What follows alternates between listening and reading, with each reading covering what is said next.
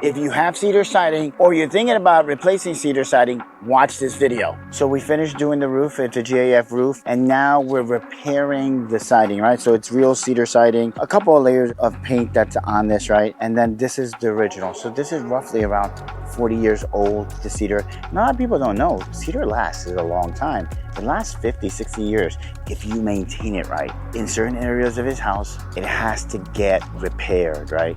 In other areas of his house, it looks brand new, it looks really good, still looks healthy, right? And so in that situation, the client says, I just need a repair. So we're repairing in that section right there, where the sun always hits and it starts to curl up, the cedar shakes and it starts to buckle, and then water eventually comes in.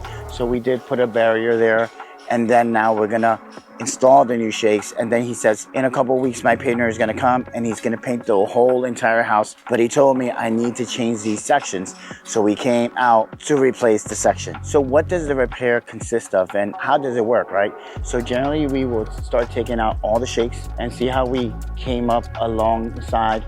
And it's almost in a staggered pattern.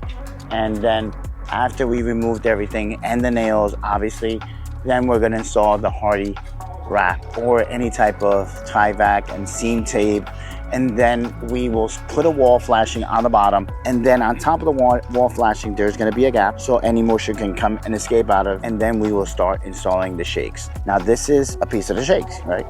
So these are ready to be painted, so these are primed, so they're ready. Since he told me already that he's going to paint his house and not stain his house, this is already primed, so this is ready. And then so we'll install them, and then we'll continue the same pattern that it has. So in the front lower portion of the bay window, we replace it. On this side elevation, we're changing it. And then on the rear portion of the back of the house, we're changing it. Different areas are just getting enough sun and water that's causing it to buckle. So why am I telling you to watch this video? Why? Because A, if you're gonna paint it, you can use prime shingles or prime shakes. If you're gonna stain it, I would strongly suggest use something that's raw, right? It's not primed. So what's the difference? One is already prepared for paint. It's actually less in money. So raw is more expensive. So if you're gonna stain, I would definitely do it raw, right? And especially if you're doing a clear stain, it looks so much nicer, right? I remember we did one in Princeton, New Jersey, and it came out beautiful. Now, I say this because a lot of people will order that one and they'll try to stain it, and it doesn't come out really good. It bleeds through, and then has people done it with the prime? They have, but it's not the color or the stain that they want. So you want that stain to go inside the pores of the cedar and then embed it inside there, right? Another important thing is this. And you say nails? Yeah, nails. Yeah, well, we'll just use nails. You can use hand nails or you can use coiled nails. The difference between these are they're ring shank nails and they're stainless steel nails. Very important.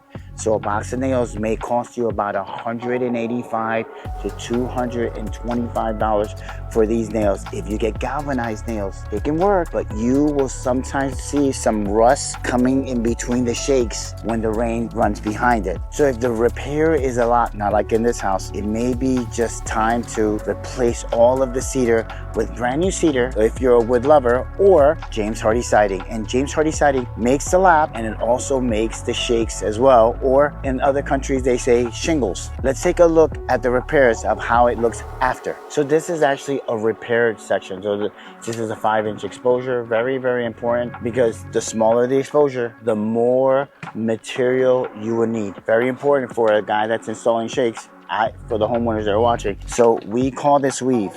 This flanks to the right, the next one flanks to the left. This one flanks to the right, this one flanks to the left. You see how the cuts? This is a 22-degree angle, so we overlap them. So that's called weave corners. So the painter's gonna come, and he's gonna come to this side, and he's gonna sand all these shakes down.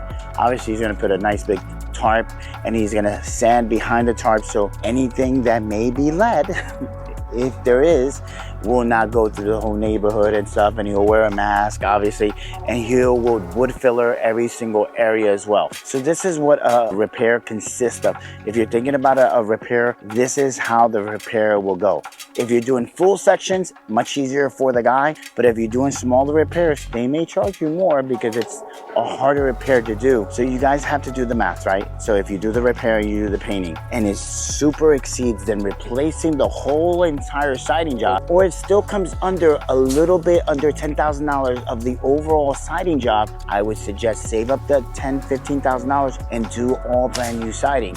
Why? Because the repair is almost equivalent, close to it, than replacing your siding. If it's not that big of a repair, like these are smaller sections, I would say go with the repair. If you like more videos like this and content like this, don't forget to like, to subscribe, leave a comment below. I always answer all my comments. Keep watching.